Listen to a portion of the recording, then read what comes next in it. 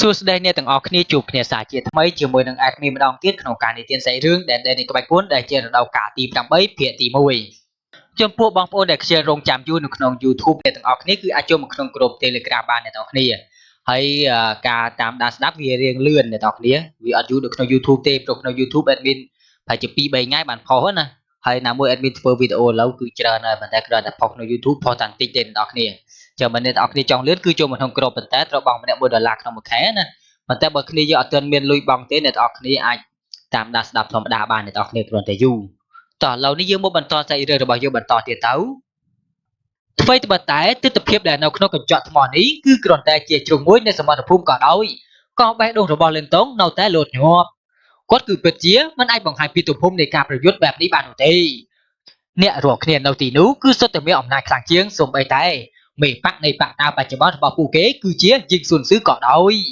យ៉ាងណាមិញលិនតុងគឺនៅតែបានមើលឃើញរូបរាងមួយចំនួនបានធ្លាក់ចុះមកពីលើមេឃនៅពេលដែលភាគីទាំងសងខាងបានប្រយុទ្ធគ្នាសត្វដែលមិនស្គាល់ទាំងអស់នោះដែលបានលោតចេញពីលំហដែលខូចទ្រង់ទ្រាយគឺពិតជាមានកម្លាំងដ៏គួរឲ្យភ័យខ្លាចបំផុតពន្លឺបានបង្វិលនៅលើកញ្ចក់ថ្មនៅទីបំផុតវាក៏បានផ្ដោតទៅលើទិដ្ឋភាពមួយផ្ទាំងថ្មដាច់ត្រយ៉ាល់ក៏បានធ្លាក់ចុះមកពីលើមេឃហើយពន្លឺពណ៌លឿងបុរាណដ៏មហិមាក៏បានបាក់បោកចុះមកក្រោមនិងបានរារាំងបណ្ដុំនៃកម្លាំងខ្មាំងងឹតដ៏ធំសម្បើមកម្លាំងខ្មាំងងឹតក៏បានញ័រហើយក៏បានប្រែក្លាយទៅជារូបរាងព្រាលៗដ៏ចម្លែកសំឡេងមួយត្រួយក៏កាន់តែស្រទន់នៅក្នុងសម្ពាធពីផ្ទាំងថ្មនៅទីបំផុតផ្ទាំងថ្មដាច់ត្រយ៉ាល់ក៏បានធ្លាក់ចុះមកភ្លាមៗផ្ទៃដីក៏បានដួលរលំហើយវាក៏ត្រូវបានកប់ចូលទៅក្នុងដីដោយផ្ទាល់បន្ទាប់ពីផ្ទាំងថ្មដាច់ត្រយ៉ាល់បានមកក្រាបទៅលើសត្វដែលមិនស្គាល់ទាំងអស់នោះផ្ទៃដីក៏ត្រូវបានបិទជិតម្ដងទៀតវាហាក់បីដូចជាវាគឺបានបិទជិតសត្វដែលមិនស្គាល់ទាំងអស់នោះទៅក្រោមដីនៅក្នុងឈុតឆាកចុងក្រោយលិនតុងអាចមើលឃើញរូបរាងមនុស្សម្នាក់បានលោតចេញពីផ្ទាំងថ្មដាច់ត្រយ៉ាល់នៅពេលដែលផ្ទៃដីត្រូវបានបិទជិតកម្លាំងរបស់គាត់គឺបានគ្របដណ្ដប់នៅលើផ្ទៃមេឃហើយគាត់បានរំលេចទៅមើលតំបន់ដែលនៅជុំវិញដែលនៅខាងក្រោមផ្ទាំងថ្មដាច់ត្រយ៉ាល់ហើយក៏បានដកដង្ហើមធំបន្ទាប់មកគាត់ក៏បានងាកចេញហើយក៏បានឆ្ពោះសម្ដៅទៅកាន់លំហដែលខូចទ្រង់ទ្រាយនោះរូបភាពក៏ត្រូវបានឈប់នៅត្រង់ចំណុចនេះភ្នែករបស់លិនតុងគឺមានគំនិតនៃការខ្វះចន្លោះក្រោយមកទើបគាត់បានជាសះស្បើយឡើងវិញអំពីការតក់ស្លូតគាត់មិនបានដឹងច្បាស់អំពីអ្វីដែលបានកើតឡើងនៅក្នុងពេលការពីអតីតកាលនោះទេទោះជាយ៉ាងណាក៏ដោយវាទំនងជាព្រឹត្តិការណ៍ដ៏សំខាន់បំផុតបើមិនដូច្នោះទេនោះវានឹងមិនមានអ្នកជំនាញថ្នាក់កម្ពុជាជាច្រើនតែបានប្រមូលផ្ដុំគ្នាដើម្បីប្រឆាំងជាមួយនឹងសត្រូវឡើយរូបរាងចុងក្រោយនោះគឺប្រហែលជាម្ចាស់នៃផ្ទាំងថ្មដាច់ត្រយ៉ាល់ហើយគាត់គឺបានប្រើប្រាស់នៅផ្ទាំងថ្មដាច់ត្រយ៉ាល់ដើម្បីបង្ក្រាបនិងបិទបាំងសត្វដ៏មានឥទ្ធិពលទាំងអស់នោះហើយនឹងមិនស្គាល់ទាំងនោះវត្ថុទាំងអស់នោះប្រហែលជាចំណុចខ្មៅដែលដូចគ្នាឥឡូវនេះដែលកំពុងតែញោមញីទៅលើផ្ទាំងថ្មលិនតុងបានគ្រវីក្បាលហើយសួរថាតើខ្ញុំអាចជួយអ្វីទៅដល់លោកឥឡូវនេះបានទៅរូបរាងមនុស្សម្នាក់ក៏បានលេចឡើងនៅលើផ្ទាំងថ្មខណៈពេលដែលសំឡេងចាស់ទុំក៏បានបន្លឺឡើងយឺតហើយឯងគឺនិយាយត្រូវណាខ្ញុំគឺពិតជាមានជំងឺប្រភពនៃជំងឺរបស់ខ្ញុំគឺដោយសារតែរបស់ដែលខ្ញុំកំពុងតែគៀបសង្កត់នេះវាគឺគ្រាន់តែជាស្ដេចមួយតែប៉ុណ្ណោះបើខ្ញុំឈានទៅដល់ចំណុចកម្ពស់របស់ខ្ញុំប្រហែលជាខ្ញុំអាចសម្លាប់វាបានក៏ប៉ុន្តែនៅពេលនេះខ្ញុំមិនអាចធ្វើវាដូច្នេះបានទេហើយមុនពេលដែលឯងមកដល់ក៏មានអ្នកផ្សេងទៀតបានមកដល់ទីនេះផងដែរទោះជាយ៉ាងណាក៏ដោយមាននរណាម្នាក់បានត្រឡប់មកវិញនោះទេអ្នកទាំងអស់នោះគឺជាសិស្សច្បងនៃបកតារបស់ខ្ញុំទោះជាយ៉ាងណាក៏ដោយពួកគេទាំងអស់គ្នានោះគឺបានស្លាប់អស់ទៅហើយលេនតុកបានលាតដៃរបស់គាត់ហើយគាត់ស្ទាក់ស្ទើរមួយសន្ទុះមុននឹងគាត់បាននិយាយថាមានរបស់មួយចំនួននៅក្នុងខ្លួនរបស់ខ្ញុំប្រសិនបើពួកគេអាចយករបស់ទាំងនោះចេញបានខ្ញុំគឺអាចឲ្យលោកខ្ចីវាបានវិញ្ញាណនៃផ្ទាំងថ្មក៏បានស្រែកយ៉ាងស្រស់ទន់ហាហាខ្ញុំគឺមានអារម្មណ៍ថាមានមិត្តចាស់នៅក្នុងខ្លួនរបស់ឯងនៅពេលដែលសំឡេងរបស់គាត់បានបន្លឺឡើងលិនតុងអាចដឹងថាថ្មយានអាចកំបាំងដែលនៅក្នុងខ្លួនរបស់គាត់កំពុងតែញ័រមួយផ្លេត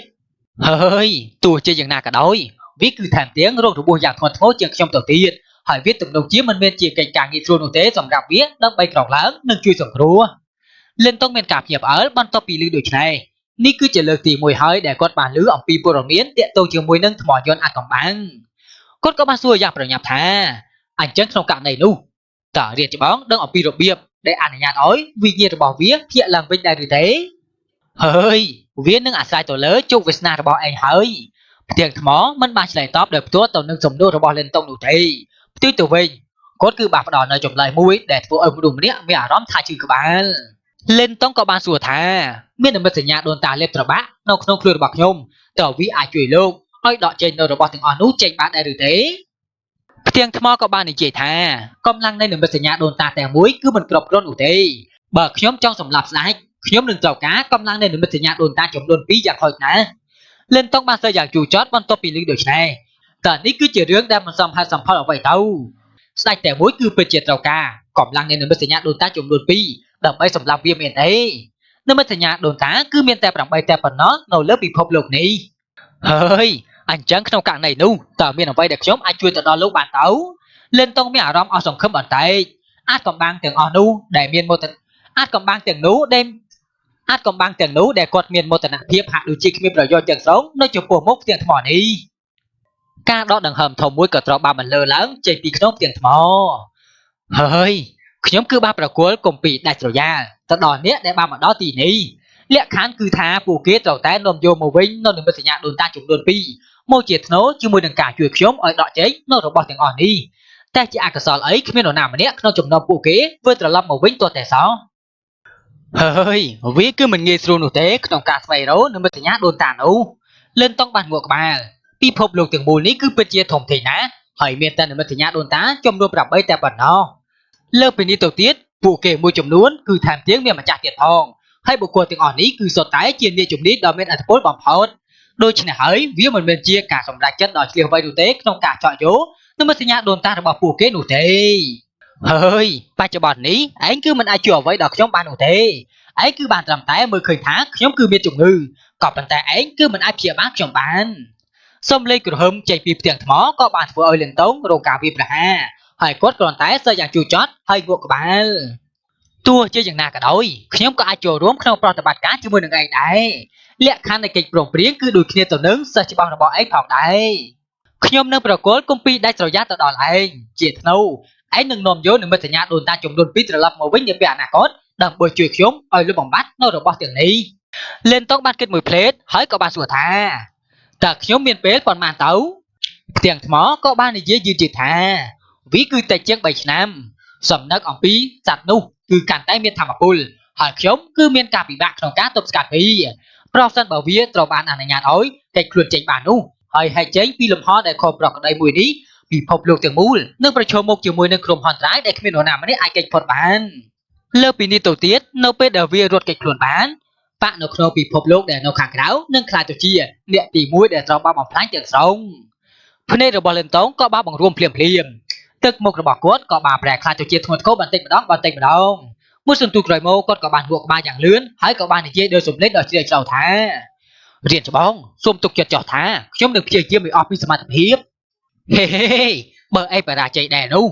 ឯងគឺប្រហែលជាមនុស្សចុងក្រោយហើយដែលខ្ញុំប្រកួតកិច្ចការនេះលើពីនេះទៅទៀតសូមកុំបែកធ្លាយនៅព័ត៌មានអំពីរឿងនេះទៅកាន់នរណាម្នាក់សូម្បីតែចាស់ទុំនៅក្នុងបកក៏ដោយការដែលខ្ញុំកំពុងតែគៀបសង្កត់វាគឺជារឿងដែលគ្មានបកណាមួយនៅក្នុងពិភពលោកនេះអាចដោះស្រាយវាបានឡើយបើមានអ្វីខុសឆ្គងពិភពលោកទាំងមូលនឹងត្រូវបានស្លាប់យ៉ាងណាមិញពិភពលោកនេះគឺលែងមានអ្នកជំនាញដែលដូចជាម្ចាស់របស់ខ្ញុំទៀតហើយសំឡេងនៃផ្ទាំងថ្មក៏បានប្រែក្លាយទៅជាតានតឹងនៅទីបំផុតបាទខ្ញុំដឹងហើយលិនតុងបានស្រូបចោលដង្ហើមចូលយ៉ាងជ្រៅហើយក៏បានងក់ក្បាលយឺតរូបរាងមនុស្សដែលនៅលើផ្ទាំងថ្មក៏បានងក់ក្បាលផងដែរបន្ទាប់ពីនោះមកផ្ទាំងថ្មបានញួរមុនពេលដែលតួអក្សរបុរាណក៏បានហោះចេញពីផ្ទៃនៃផ្ទាំងថ្មនិងបានហោះឡើងទៅលើនៅទីបំផុតពួកវាក៏បានប្រែក្លាយទៅជាតួអក្សរពូលឿងបុរាណចំនួន4ហើយក៏បានអណ្ដែតនៅចំពោះមុខលិនតុងកម្លាំងដ៏ខ្លាំងក្លានិងព្រៃផ្សៃក៏បានរាលដាលដាច់ចេញពីគ្នាគម្ពីរដាច់ស្រយាលភ្នែករបស់លិនតុងបានសម្លឹងទៅមើលតួអក្សរពីបុរាណធំទាំង4ដែលនៅពីមុខគាត់ស្វ័យបើមានភាពស្ងប់ស្ងាត់ក៏ដោយ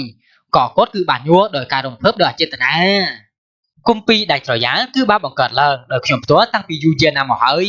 នៅពេលដែលនរណាម្នាក់បានស្ទាត់ជំនាញទៅលើជំនាញនេះនៅក្នុងចម្ងាយ1000ម៉ាយនៅជុំវិញខ្លួនរបស់មនុស្សម្នាក់នោះនឹងត្រូវបានវិនិច្ឆ័យអន្តរាយទាំងស្រុង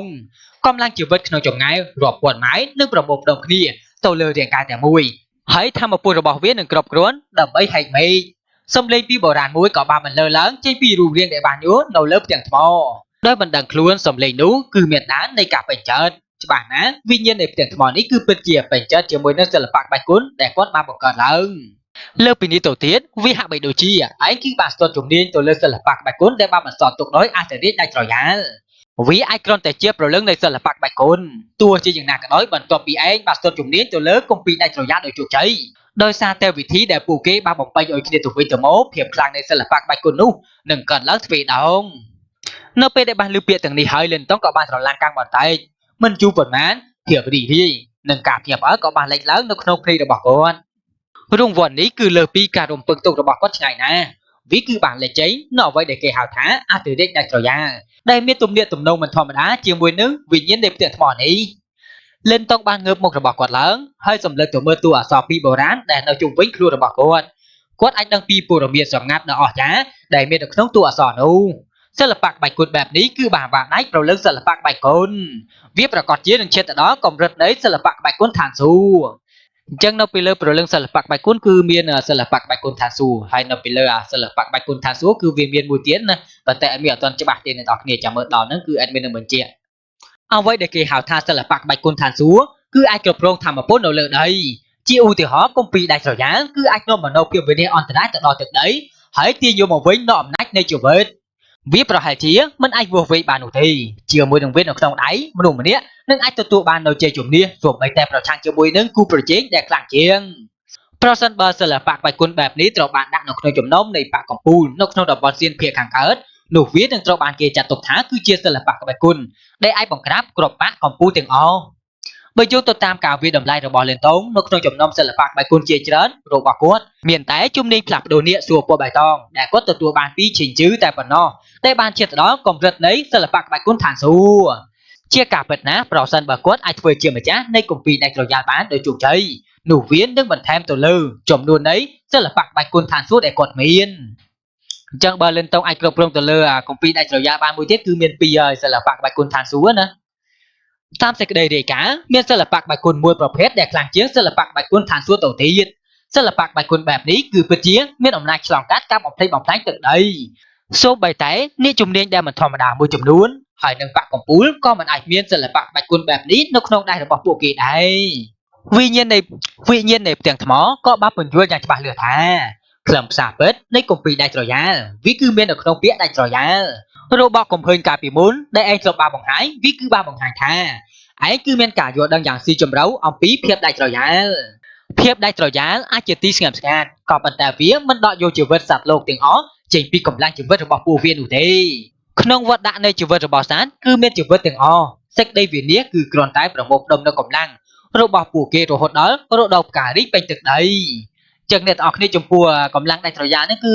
ស្រូបយកកម្លាំងមានជីវិតណាកម្លាំងមានជីវិតដែលនៅជុំវិញខ្លួនប៉ុន្តែមិនមែនស្រូបយកទាំងអស់ទេគឺស្រូបយកលក្ខណៈថាឧទាហរណ៍1ភាគ4ចឹងណាយកតែ1ភាគចឹងឯងអត់យកទាំងអស់ទេបើយកទាំងអស់ងាប់អស់ហើយអ្នកទាំងអស់គ្នាអើយលិនតុងក៏បានកត់ត្រាព័ត៌មានទាំងអស់ដែលបានផ្ដល់ឲ្យដល់វិញ្ញាណដែលផ្ទាំងថ្មចូលទៅក្នុងខួរក្បាលរបស់គាត